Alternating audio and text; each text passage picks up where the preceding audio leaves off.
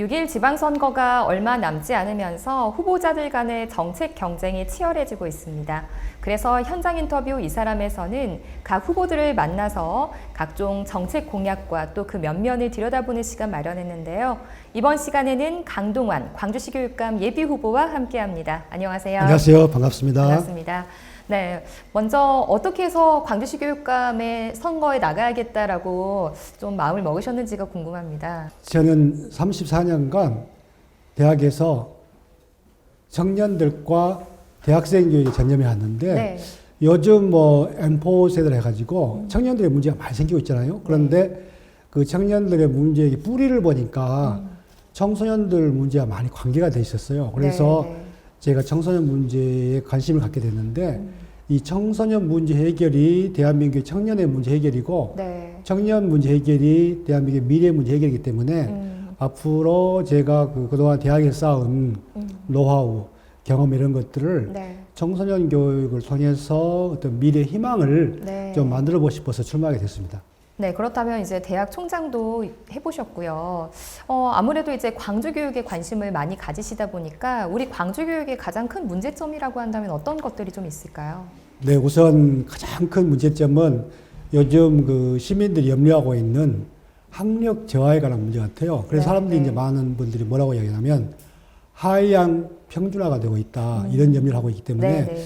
이 문제가 가장 큰 과제고 특히 이제 그 기득권 이념 교육이 굉장히 심해져 가지고 네. 실은 이러한 문제들이 이제 시민이 굉장히 피로감을 좀 느끼는 것 같아요. 그래서 저는 이제 이런 부분에 대한 새로운 좀 대전환이 필요하고 그 다음에 이제 학생 인권과 교권이 지금 충돌하고 있거든요. 네. 그러다 보니까 사실 교육을 위해서는 스킨십이 좀 많이 필요하거든요. 그런데 교사들이 스킨십을 못하고 또 이 인권과 교권에 굉장히 그 충돌된 현상 속에서 네. 교사들의 사기가 많이 저하돼 가지고 이런 것들이 또 학력 저하와 굉장히 밀접한 관련이 있다고 생각하고 있습니다.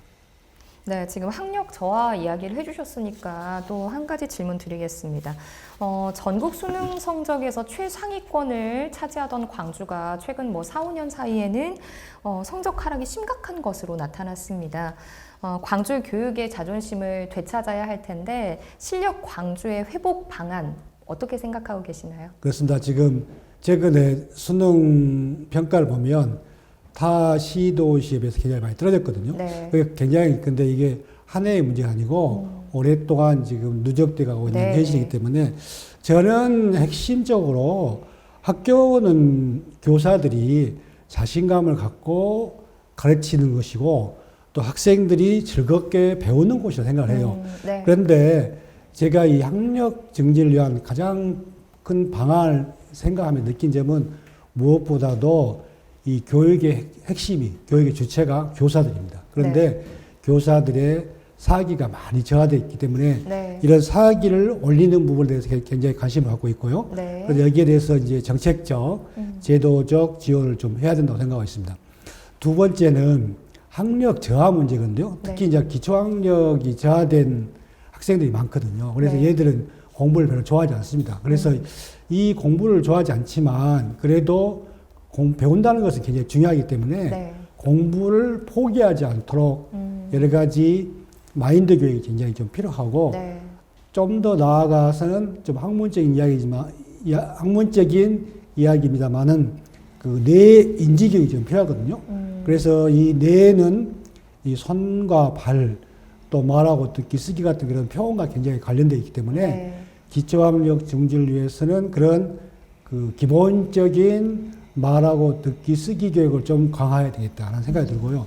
두 번째는 이제 공부를 좀 좋아하는 학생들이 있어요. 이런 아들은 특히 이제 예를 들면 수도권 대학도 가게 되고 또 원하는 대학을 가고 싶어 하는데 이런 애들은 또 열심히 응원해서 네. 우리 강주 학생들이 대한민국을 리드하는 인재가 될 수 있도록 응원하고 제도적으로 뒷받침하고 싶은데 특히 무엇보다도 아까 기초학력 저하자를 위해서는 기숙사제를 좀 고민하고 있고요. 네. 또 공부를 좋아하는 학생들이 장기적으로 공부하기 위해서는 좀 장학금 제도 좀 고민해보고 있습니다. 네. 예비 후보자님께서 이제 다양한 공약들을 내걸고 계시지만 AI 꿈 연구원을 설립하겠다 이 내용이 굉장히 좀 이렇게 눈에 띄더라고요. 어떤 내용인가요?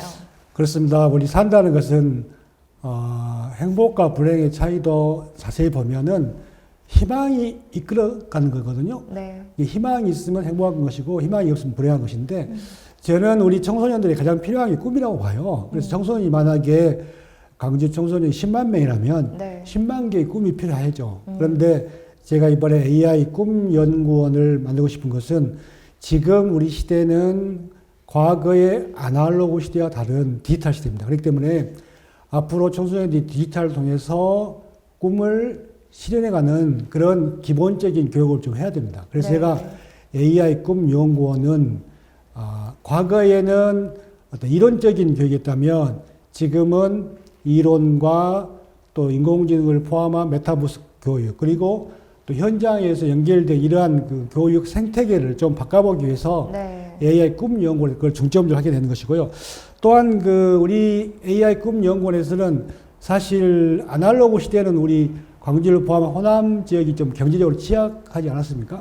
그런데 이제 AI를 가지고 어떤 디지털 경제를 만들 수 있는 능력을 갖게 되면 우리 청소년들의 미래를 새롭게 열어가는데 경제를 열어가는데 굉장히 도움이 된다고 생각하고 있기 때문에 네. 저는 그 꿈 중에 하나가 중요한 꿈은 경제적으로 자립하는 것이 중요한 꿈이라고 생각을 해요. 그래서 이런 부분을 좀 돋굴 수 있는 네. 연구를 설립해가지고 활용될 수 있도록 하고 싶습니다. 네, 우리 학생들이 꿈꿀 수 있는 교육 환경을 조성하겠다 이런 공약을 내거신 셈인데요.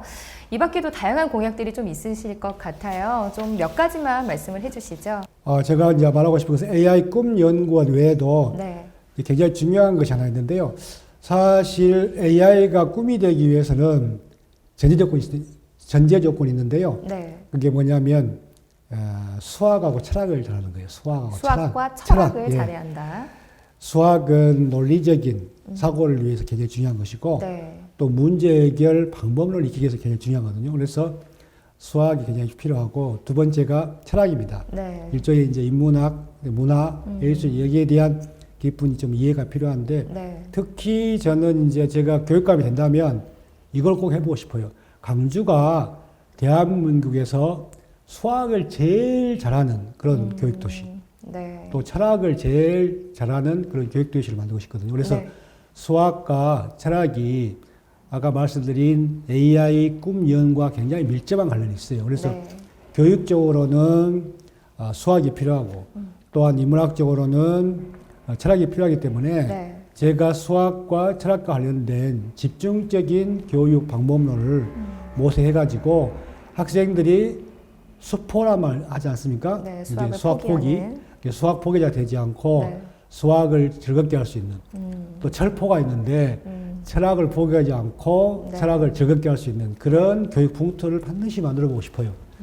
그리고 또 하나는 이제 생명 존중 SOS 돌봄 센터를 좀 운영하고 싶거든요. 네. 지금 우리 학생들에게는 교통 문제라든가 폭력 문제라든가 식품이라든가 위생 등을 포함한 여러 가지 응급적인 상황들이 많이 있습니다. 네, 그래서 제가 이제 SOS 돌봄 센터를 운영하고 싶은 이유는 네. 사실은 동구에서부터 서구, 남구, 북구, 광산구 이르기까지 SOS 차량을 좀 운영해 보려고 그래요. 그래서 긴급한 상황에서는 각 구에 배치된 SOS 차량을 통해서 아까 말씀드린 교통 문제라든가 학업 문제라든가 네. 또한 그 폭력 문제라든가 네. 또 여러 가지 그 위생 문제라든가 식품 문제도 있는데 이런 것들을 긴급하게 응급하게 대응할 수 있는 시스템을 갖추고 싶거든요. 그래서 네, 네. 지금 우리 시대가 어떻게 보면 교육도 119지만 사실은 교통 문제도 119고 또한 그 삶에 대한 여러 가지 119가 지금 발생되고 있어요. 그래서 네. 지금 사실 청년들이 뭐 8포라 말도 쓰고 있지만 요즘에는 M4라고 하거든요. 그 중에는 뭐 연애라든가 결혼이라든가 취업이라든가 주택이라든가 또 인간관계, 희망 이런 것들이 포기하고 있는데 사실은 그게 지금 청소년들에게도 감염되고 있어요. 그래서 네, 이 네.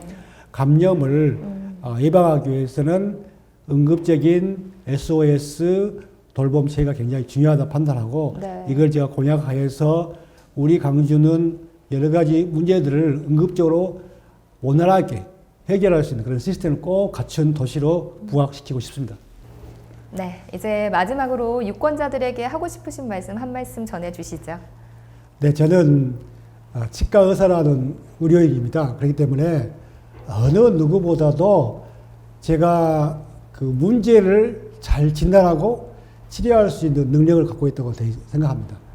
문제를 잘 진단하고 치료할 수 있는 능력을 갖고 있기 때문에 지금 제가 교육 현안에 대해서 정말 명확히 문제를 깨뜨렸고 진단해서 이 시민들과 학부모 그리고 학생들이 행복할 수 있는 그런 문제 해결을 할 수 있다고 생각하거든요.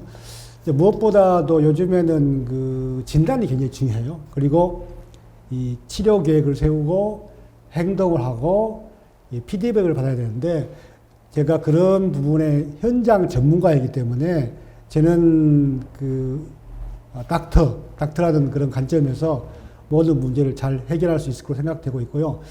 가장 중요한 것은 이제 교육은 특히 교육감은 교육 철학이 굉장히 중요합니다. 저는 오직 교육에만 전념해서 인생을 살아왔기 때문에 제가 정치가도 아니고 또 뭐 교육감이 되기 위해서 뭐 수에 출마한 분도 아니기 때문에 저는 열정과 진정심을 합쳐가지고 시민들과 함께 이 일을 완성하고 싶어요. 다만 제가 이번에 이제 처음 출마했기 때문에 약간 많은 분들이 알리지 않아서 좀 부족한 점은 있습니다, 현재. 그러나 제가 제 살아온 인생이 있기 때문에 제 인생을 걸고 시민들께 호소하고 시민들을 설득하고 시민들 이해를 얻어가지고 반드시 강주 교육이 대한민국과 세계가 배우는 그런 강주 교육을 만들고 싶고 제 교육 철학 중에 하나가 강주가 학교다라고 하는 정신을 갖고 있습니다.